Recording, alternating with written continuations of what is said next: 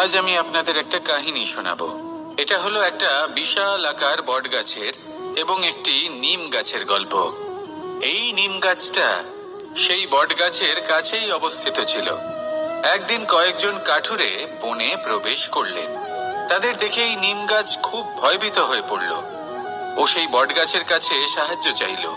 বলল যে, হে বট গাছ, আমাকে সাহায্য করুন। আপনার এই শাখা প্রশাখা দ্বারা আমাকে ঢেকে রাখুন, যাতে এই কাঠুরেরা আমাকে দেখতে না পান আর আমি বেঁচে যাই। কিন্তু সেই বট গাছ ছিল অসম্ভব অহংকারী। নিজের অহংকারে সে মত্ত হয়েছিল। সে না ওকে উত্তর দিল আর না ওকে সাহায্য করলো। সেই কাঠুরেগণ এলেন, নিম গাছটা কাটলেন আর চলে গেলেন। কিছুদিন পরে আবার সেই কাঠুরেগণ সেই বনে এলেন, আর এইবার তাদের কুঠার দ্বারা বট গাছে আঘাত করতে শুরু করলেন। এই প্রহার সহ্য করতে করতে বটগাছটি দেখল ও বুঝতে পারল যে সেই কুঠারগুলি নির্মিত হয়েছে সেই নিম গাছের ডাল দিয়েই। এবার এই ভুলটাই বেশিরভাগ মানুষই করে বসেন, বিশেষ করে তখন যখন তার কাছে শক্তি থাকে, সাফল্য আসে। নিজের অহংকারে মত্ত হয়ে দুর্বল ব্যক্তিকে আঘাত করে, তাদের কষ্ট দেয়। কখনো এটা ভাবে না যে ভবিষ্যতে এরাই তাদের পতনের কারণ হতে পারে। তাই যদি আপনার কাছে শক্তি থাকে আর আপনি সাফল্য লাভ করতে থাকেন, তাহলে নিজেকে শান্ত করুন এবং এই অহংকারকে ত্যাগ করুন। যদি কেউ দুর্বল হয়, তাহলে তাকে আঘাত করবেন না, তাকে কষ্ট দেবেন না, বরং তাকে সাহায্য করুন, পারলে তাকে রক্ষা করুন। আসুন আর আমার সাথে ভালোবেসে বলুন, রাধা রাধা। শ্রীরাম যখন সুগ্রীবের সাথে মাতা সীতাকে খোঁজার জন্য ভ্রমণ করছিলেন, তখন সুগ্রীবের ভৌগোলিক জ্ঞান দেখে শ্রীরাম হতবাক হয়ে গেলেন। তখন সুগ্রীব বললেন যে যখন বালির হাত থেকে উনি পালাচ্ছিলেন, নিজের প্রাণ বাঁচিয়ে পালাচ্ছিলেন। উনি তখন অনেক জায়গায় গেছিলেন, কিন্তু কোথাও যেন উনি যোগ্য আশ্রয় খুঁজে পাচ্ছিলেন না। বালি সুগ্রীবের প্রাণ হরণ করতে চাইছিল, ওকে শেষ করে দিতে চাইছিল, আর সুগ্রীব শুধু নিজের প্রাণ বাঁচিয়ে পালাতে চাইছিল। এক স্থান থেকে অন্য স্থানে, সেই স্থান থেকে আবার আরেক স্থানে। এই বিপদের সম্মুখীন হতে গিয়ে সুগ্রীবের ভৌগোলিক জ্ঞান বৃদ্ধি পেল। এর অর্থ বুঝলেন আপনি? যে জীবনে যখন সমস্যা আসে, জটিলতা আসে, সেটা দেখে আমরা ত্রস্ত হয়ে পড়ি, দুঃখী হয়ে পড়ি যে এমনটা আমার সাথে কেনই বা হচ্ছে। কিন্তু দুঃখী হওয়ার কোনো প্রয়োজন নেই, কারণ এই সমস্যা আমাদের কিছু শিক্ষা দেওয়ার জন্যই আসে। সেই শিক্ষা লাভ করা খুবই প্রয়োজনীয়। সেই শিক্ষার দিকে নিজের মনোনিবেশ করুন, সেই শিক্ষা আত্মস্থ করুন, জীবনে অগ্রসর হন আর আমার সাথে ভালোবেসে বলুন, রাধা রাধা। আমাদের জীবনে সবসময় এটাই শেখানো হয় যে কখনো কারোর নিন্দা করবে না। কিন্তু আজকের দিনে সত্য হলো এটাই যে প্রত্যেক ব্যক্তি কোনো না কোনো সময় কোনো না কোনো মানুষের নিন্দা করেই থাকেন। এবার আপনি কারোর নিন্দা করলে সবসময় এর অর্থ এটা নয় যে আপনার মন মলিন। কখনো কখনো এমন কিছু পরিস্থিতির জন্ম হয়, কিছু ব্যক্তি আমাদের এমন দুঃখ দেন যে সেই দুঃখের বশে আমরা নিন্দা করতে শুরু করি। এবার নিন্দার বিষয়ে এমন এক সত্য আছে যেটা জানা প্রয়োজনীয়, যেটা আমি আপনাকে একটা উদাহরণ দিয়ে বোঝাবো।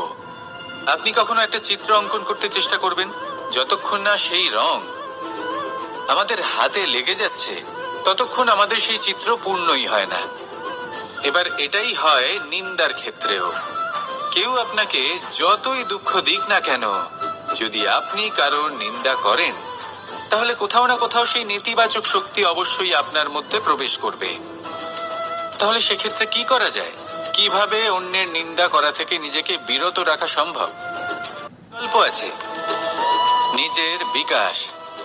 নিজের বিকাশের পথে অগ্রসর হতে থাকুন, নিজের কাজে এতটাই নিমজ্জিত হয়ে যান যে কারো নিন্দা করার মতো কোনো সময় যেন আপনার হাতে না থাকে। তাতে আপনার মনও মলিন হবে না, আর জীবনে অনেক দরজা আপনার জন্য খুলে যাবে। আসুন আমার সাথে ভালোবেসে বলুন, রাধা রাধা। অত্যন্ত শ্রেষ্ঠ একটা কথা আছে, যদি একটা দরজা বন্ধ হয় তাহলে ঈশ্বর নিজে আমাদের জন্য আরেকটা দরজা খুলে দেন।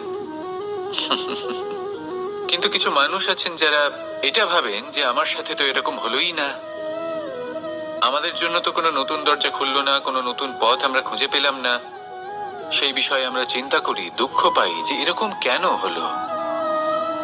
কখনো কখনো নতুন দরজা উন্মুক্ত হয়, কিন্তু পুরনো যে বন্ধ দরজা আছে তার সামনেই আমরা দুঃখী হয়ে বসে থাকি, আর এমন ভাবে বসে থাকি যে নতুন দরজার দিকে আমাদের চোখই যায় না। কখনো কখনো ঈশ্বর জেনে শুনেই আমাদের জন্য নতুন দরজা, নতুন পথ উন্মুক্ত করেন না, কারণ তিনি চান যে আমরা যেন পরিশ্রম করি, কর্ম করি, নিজেকে আরো বেশি শ্রেষ্ঠ করে তুলি, সক্ষম হই, আর নিজের পথ আমরা নিজেই খুঁজে নিই। কখনো কখনো এমনও হয় যে ঈশ্বর চান যে আমরা যেন সেই পথে চলতে শুরু করে দিই।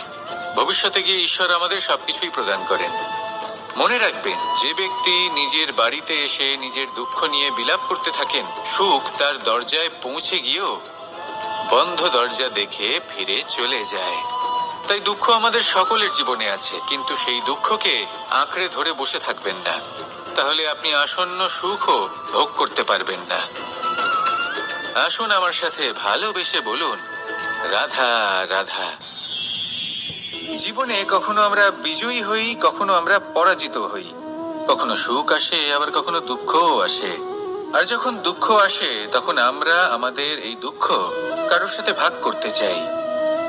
আমরা কারোর সাথে নিজের দুঃখ ভাগ করে নিই, আর সেই ব্যক্তি আমাদের দুঃখ নিয়ে উপহাস করে। তখন আমরা আরো দুঃখী হয়ে যাই। আমরা এই সংসারকে দোষ দিতে থাকি, কিন্তু এতে সংসারের কোনো দোষ নেই।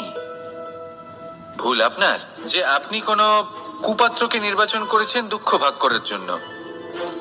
মনে রাখবেন, যদি আপনার শরীরে ক্ষতস্থান তৈরি হয় এবং সেই ক্ষত নিয়ে আপনি প্রত্যেক জায়গায় ঘুরে বেড়ান, প্রত্যেক বাড়িতে আপনি ওষুধ হয়তো নাও পেতে পারেন, কিন্তু সেখানে নুন আপনি অবশ্যই পাবেন।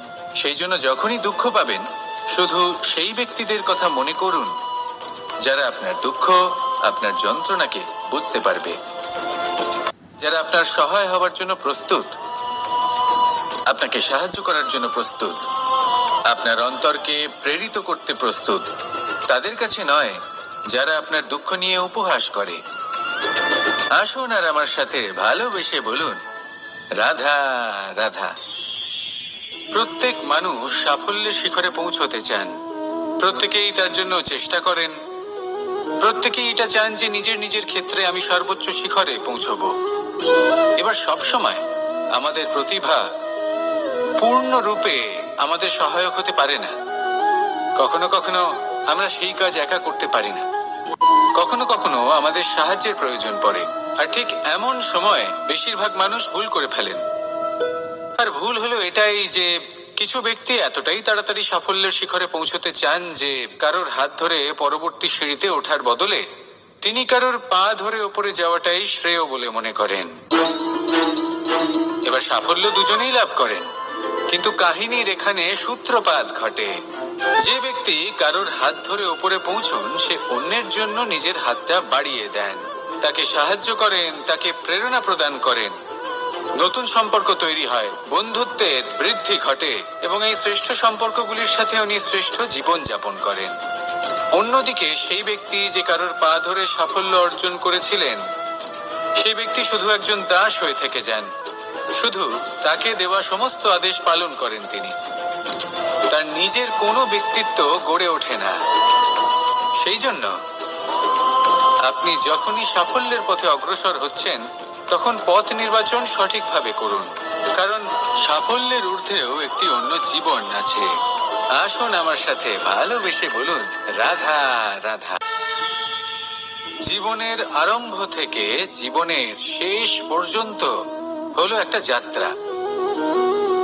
আর এই যে যাত্রা, সেই যাত্রা পথের মাঝেও আমরা অনেক নতুন যাত্রা নির্ধারিত করি, অন্য অনেক লক্ষ্য লাভ করি। এবার প্রশ্ন হলো যে লক্ষ্য বেশি গুরুত্বপূর্ণ নাকি যাত্রা? কেউ বলবে লক্ষ্য বেশি গুরুত্বপূর্ণ, কারণ তার জন্যই আমরা এই যাত্রা স্থির করি। কেউ বলবে যাত্রা বেশি গুরুত্বপূর্ণ, কারণ এই যাত্রা পথে চলতে চলতে আমরা অনেকগুলো শিক্ষা লাভ করি, কর্ম করার জন্য অনেক দিশা খুঁজে পাই। এবার লক্ষ্য এবং যাত্রা এই দুই গুরুত্বপূর্ণ, কিন্তু আরো একটা তথ্য আছে। অত্যন্ত গুরুত্বপূর্ণ, যেটা বুঝে নেওয়া খুব প্রয়োজনীয়। আর সেটা হলো আপনার জীবন সাথী। সেই সাথী যে জীবনের সব পদক্ষেপে আপনার সাথে চলবে, আপনার সাথে থাকবে। সেই ব্যক্তির মধ্যে যদি করুণা থাকে, ভালোবাসা থাকে, তাহলে সে আপনাকে সাহায্য করবে, আপনার জন্য আপনার লক্ষ্য নির্ধারণ করবে, আপনাকে জীবনে একটা উচ্চ স্তরে নিয়ে যাবে। কিন্তু যদি সেই ব্যক্তি এর বিপরীত হন, তাহলে কোথাও না কোথাও তাকে পেতে পেতে, তার সাথে থাকতে থাকতে আপনি নিজের লক্ষ্য ত্যাগ করে দেবেন।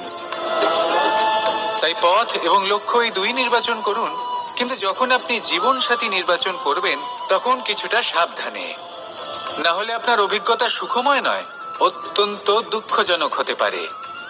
আসুন আমার সাথে ভালোবেসে বলুন, রাধা রাধা। সকলের মন আনন্দে ভরিয়ে তোলে কোকিলের মধুর স্বর। কিন্তু এই মধুর স্বর আমরা বর্ষাকালে শুনতে পাই না কেন? তার কারণ কিন্তু এটা নয় যে বর্ষাকালে কোকিল অসুস্থ থাকে, তা নয়। কোকিল সিদ্ধান্ত নেয় নীরব থাকার। কিন্তু এই সিদ্ধান্ত কেন নেয়? তার কারণ হলো ব্যাঙ। বর্ষার ঋতুতে অনেক ছোট ছোট স্থানে জল জমে, আর সেই কারণে অনেক ব্যাঙের জন্ম হয়। এবার ওই ব্যাঙগুলোর ধ্বনি এতটাই প্রবল হয় যে তাদের মাঝে এই কোকিল যতই মধুর সুরে ডাকুক না কেন, তার স্বর আমাদের কানে পৌঁছবে না। সেই জন্য ও সিদ্ধান্ত নেয় চুপ থাকার। আর এটাই হলো আমাদের জীবনে শিক্ষণীয় বিষয়। আপনি যদি এমন কোথাও থাকেন যেখানে আপনার আশেপাশে মূর্খ মানুষ আছেন, তাহলে সেখানে চুপ করে থাকাই হলো সবথেকে শ্রেষ্ঠ সিদ্ধান্ত। কারণ ওই মূর্খদের চিৎকারের সামনে কেউ আপনার জ্ঞানের কথা বুঝতেই পারবে না। সেই জন্য সেখানে চুপ করে থাকুন। পরবর্তীতে গিয়ে যেমন এই ব্যাঙের ডাক, এটা শান্ত হবে আর তারপর থেমে যাবে, ঠিক তেমন মূর্খদের সময় একটা নির্দিষ্ট কালের পর গত হয়। আর তারপরে আসে বিবেকবানদের সময়, আপনার সময়। শুধু ধৈর্য ধরুন। আসুন আর আমার সাথে ভালোবেসে বলুন, রাধা রাধা। মস্তিষ্কের মেধা প্রত্যেক মানুষের কাছেই আছে। এর বর্গীকরণ করা সম্ভব তিনটি স্তরে: নিম্ন, মধ্য এবং উচ্চ। এবার সেই ব্যক্তি যার মস্তিষ্ক মেধা নিম্ন স্তরের, তিনি কোন বিষয়ে কথা বলেন, কোন বিষয়ে আলোচনা করেন, কি কি সেই বিষয় যা নিয়ে এনারা ভাবেন? লেনদেন, লাভ ক্ষতি, সম্পর্ক ভাঙা গড়া, জীবনের এই ছোট ছোট বিষয়গুলি। এর ঊর্ধ্বে এনাদের কথা এবং ভাবনা যায়ই না। এবার যে ব্যক্তি এমন হন যার মস্তিষ্ক মেধা মধ্যস্তরের, সেই ব্যক্তি কি করেন, কোন বিষয়ে কথা বলেন? জীবনের ঘটনাগুলির বিষয়ে কথা বলেন। কি হয়েছিল, কিভাবে হয়েছিল, কিভাবে সেটা আরো বেশি শ্রেষ্ঠ করে তোলা সম্ভব। আর সেই ব্যক্তি যাদের মস্তিষ্ক মেধা উচ্চ স্তরে থাকে, তারা কি নিয়ে ভাবেন, তারা কি নিয়ে আলোচনা করতে থাকেন? তিনি ভাবেন যে কিভাবে নিজের চিন্তা ভাবনা আরো বেশি শ্রেষ্ঠ করে তোলা সম্ভব। তিনি ভাবেন যে কিভাবে আমরা নিজেদের অপগুণগুলিকে দূর করে দিতে পারি, কারণ সেটা করতে পারলে জীবন আপনা থেকেই শ্রেষ্ঠ হয়ে উঠবে। মস্তিষ্ক মেধা আমাদের সবার কাছে আছে। এবার আমাদের এটা বেছে নিতে হবে যে কোন স্তরটা আমরা আপন করতে চাই। যদি আজকের এই মুহূর্তে আপনি নিম্ন স্তরেও থাকেন, তাহলে তা মেনে নিন, চিন্তার কোনো বিষয় নেই। এখনো চাইলে আপনি উচ্চ স্তরে পৌঁছতেই পারেন। সেটাই বেছে নিন, জীবন শ্রেষ্ঠ করে তুলুন, আর আমার সাথে ভালোবেসে বলুন, রাধা রাধা। এই সংসারের প্রত্যেক মানুষ কোনো না কোনো স্থানে অবশ্যই যান। অনেক অনেক স্থানে তাদের যেতে হয়। এবার এমন কিছু মানুষ আছেন যারা সেই স্থানে হয়তো কখনোই যাননি। উদাহরণ হিসেবে বলবো, কিছু মানুষ আছেন যারা মন্দিরে যান, চিকিৎসালয়ে যান, কিছু মানুষ কারোর কারোর বিবাহ উৎসবে যান। আবার কিছু মানুষ আছেন যারা নাস্তিক হন এবং কখনোই মন্দিরে যান না। কিছু মানুষ অসুস্থ হন না, তাই চিকিৎসালয়ে যেতে হয় না। এমনও কিছু মানুষ থাকেন যারা সামাজিক উৎসব থেকে দূরে থাকাটাই পছন্দ করেন। যে কোনো মানুষ হোক, যা কিছুই তার চয়ন হোক না কেন, প্রত্যেক মানুষকে একটি স্থানে অবশ্যই যেতে হয়। এমন একটি স্থান আছে, সেই স্থানের নাম হলো মৃত্যুদ্বার। এবার এটা আবশ্যক নয় যে ঠিক মৃত্যুর পরেই আপনি মৃত্যুদ্বারে পৌঁছে যাবেন। এমন অনেক মানুষ আছেন যারা মৃত্যুর পূর্বেই মৃত্যুদ্বারে পৌঁছে ফিরে এসেছেন, আর তারা অনুভব করেছেন যে এই সংসারের সময় চক্রের সম্মুখে তাদের অস্তিত্ব কতটা ক্ষীণ। ওনারা এই কথা বুঝে গেছেন। বড় বড় জ্ঞানী মহান ব্যক্তি ছিলেন, তারা এসেছেন, কর্ম করেছেন এবং শেষে তারাও মৃত্যুদ্বারে প্রবেশ করেছেন। অবশেষে তারাও পঞ্চমহাভূতের সাথে মিলিত হয়েছেন। তাহলে আপনার কিসের এত অহংকার? এই জীবনে কেউ অমর নন। জীবনে কতদিন আমরা বাঁচবো এটাও আমরা জানি না। তাই এই জীবন যাপন করুন। এই জীবনের প্রত্যেক মুহূর্ত এমন ভাবে যাপন করুন, এই কথা মাথায় রেখে যে যে কোনো মুহূর্তে আমাদের মৃত্যুদ্বারে প্রবেশ করতে হতে পারে, তাই না? আসুন আর আমার সাথে ভালোবেসে বলুন, রাধা রাধা। এই জীবনে তিনটি গুরুত্বপূর্ণ শব্দ আছে যা বোঝা আমাদের কাছে খুব গুরুত্বপূর্ণ, এবং এই তিনটি শব্দের নিজস্ব অর্থ আছে। প্রথম হলো সঙ্গবদ্ধতা, অর্থাৎ একসাথে মিলে কাজ করতে হবে, একসাথে মিলে পরিশ্রম করতে হবে, সামনে এগোতে হবে। এরকম করতে পারলে আপনার শক্তি বৃদ্ধি পাবে, আপনার ক্ষমতা বৃদ্ধি পাবে, আপনি এগোতে পারবেন এবং অনেক দূরে যেতে পারবেন। দ্বিতীয় হলো আত্মবিশ্বাস। হেরে যাওয়া বস্তুও আবার জিতে নিতে পারবেন। যদি আপনার নিজের আত্মবিশ্বাস থাকে তাহলে আপনি কখনো পরাজিত হবেন না। এবং তৃতীয় হলো অহংকার। জয়লাভ করার পরেও কিন্তু এটা আপনাকে পরাজিত করতে পারে। সেই জন্য জীবনে সঙ্গবদ্ধ হন, আত্মবিশ্বাস রাখুন, কিন্তু কখনোই অহংকার করবেন না। এই অহংকার আপনার থেকে সবকিছু কেড়ে নিতে পারে। এই অহংকারের জন্যই মথুরাপতি কংস নিজের পতনের দিকে অগ্রসর হয়েছিলেন। এই অহংকারকে ত্যাগ করুন আর আমার সাথে ভালোবেসে বলুন, রাধা রাধা। এই সংসারে সব থেকে বেশি কঠিন কাজ কোনটা? কেউ বলবেন যুদ্ধ করা, কেউ বলবেন ধন অর্জন করা, আবার কেউ বলবেন জ্ঞান অর্জন করা সব থেকে বেশি কঠিন। এবার প্রত্যেক ব্যক্তির নিজস্ব অভিজ্ঞতা আছে, আর সেই অনুসারে তার নিজস্ব একটা উত্তর আছে। সাধারণভাবে দেখতে গেলে এই সংসারে সব থেকে কঠিন হলো তপস্যা করা, অর্থাৎ সব কিছু ত্যাগ করে তপস্যায় নিজেকে বিলীন করে দেওয়া। এবার এর থেকে বেশি কঠিন এই সংসারে আর কি বা হতে পারে? এই সংসারে, এই সমাজে, নিজের পরিবারের মধ্যে থেকেও ধৈর্য ধরে সামনে অগ্রসর হওয়া, এটা হলো সব থেকে কঠিন কাজ। কারণ যখন আপনি তপস্যা করেন সেখানে আপনার ধৈর্য ভাঙার মতো কেউ থাকেন না, না কোনো বন্ধু, না কোনো আত্মীয়, না কোনো শত্রু, কেউ না। কিন্তু যখন আপনি এই সমাজে, এই পরিবারে থাকেন, কোনো না কোনো ব্যক্তি এসে আপনার ধৈর্যের বাঁধ ভেঙে দেওয়ার ক্ষমতা রাখেন। তারা আপনার ধৈর্যের বাঁধ ভেঙে দেয়, আর কখনো কখনো তারা অনিচ্ছাকৃতভাবেই সেটা করে থাকেন। কারণ তাদের মানসিকতা আপনার থেকে আলাদা, তাদের কর্ম আপনার থেকে আলাদা, তাদের দৃষ্টিভঙ্গি আপনার থেকে আলাদা, জীবন যাপন আপনার থেকে আলাদা। সেক্ষেত্রে আপনি ধৈর্যচ্যুত হন, প্রসন্নতা আপনার থেকে ছিনিয়ে নেওয়া হয়। সেই জন্য এই সংসারে, এই পরিবারের থেকেও ধৈর্য ধরে সামনে অগ্রসর হওয়া কোনো পর্বতের শিখরে গিয়ে তপস্যা করার থেকেও অনেক বেশি কঠিন। আর যে ব্যক্তি এই সমাজেই, এই পরিবারে, সেই সকল মানুষের মধ্যে থেকে গিয়েও ধৈর্য ধরে অগ্রসর হতে থাকেন, যারা এই কাজটা শিখে নিতে পারেন, তারাই কিন্তু জীবনে আনন্দ লাভ করতে পারেন। এই ধৈর্যই শেষে আপনার জীবনে প্রসন্নতা বহন করে আনবে। তাই ধৈর্য ধরে জীবনের পথে অগ্রসর হন আর আমার সাথে ভালোবেসে বলুন, রাধা রাধা।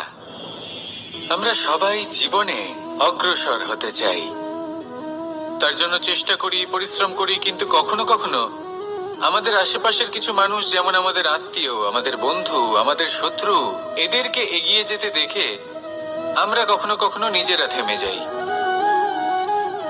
এর অর্থ কি তার মানে এটা যে আমাদের কোনো খামতি ছিল বা আমরা কোনো ভুল করে ফেলেছি? না, বেশিরভাগ সময় আমাদের কোনো ভুল থাকে না, আমাদের কোনো খামতিও থাকে না। শুধু একটা ছোট্ট বিষয় আছে যেটা আমরা বুঝতে পারি না। আমরা চেষ্টা করি অন্যদের জীবনযাত্রা দেখতে। আমরা দেখতে চেষ্টা করি যে তাদের জীবনে তারা কিভাবে এগিয়ে চলেছেন, অগ্রসর হওয়ার জন্য ওনারা কি কি করছেন, আর যা করছেন তাতে ওনারা কিভাবে উপকৃত হচ্ছেন। আমরা চেষ্টা করি তাদের জীবনযাত্রার দিকে তাকানোর, ওনাদের গতিবিধির দিকে নজর দেওয়ার এবং সেটা বুঝতে চেষ্টা করার।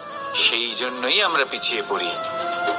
জীবনে যদি আপনি এগোতে চান তাহলে আপনাকে নিজের নজর সামনের দিকে রাখতে হবে, পদক্ষেপও সেই অনুযায়ী নিয়ে সামনে এগোতে হবে।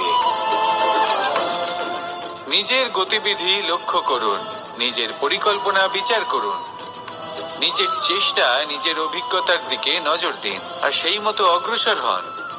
এমন কোনো সাফল্য নেই যে আপনি লাভ করতে পারবেন না। আসুন আমার সাথে ভালোবেসে বলুন, রাধা রাধা।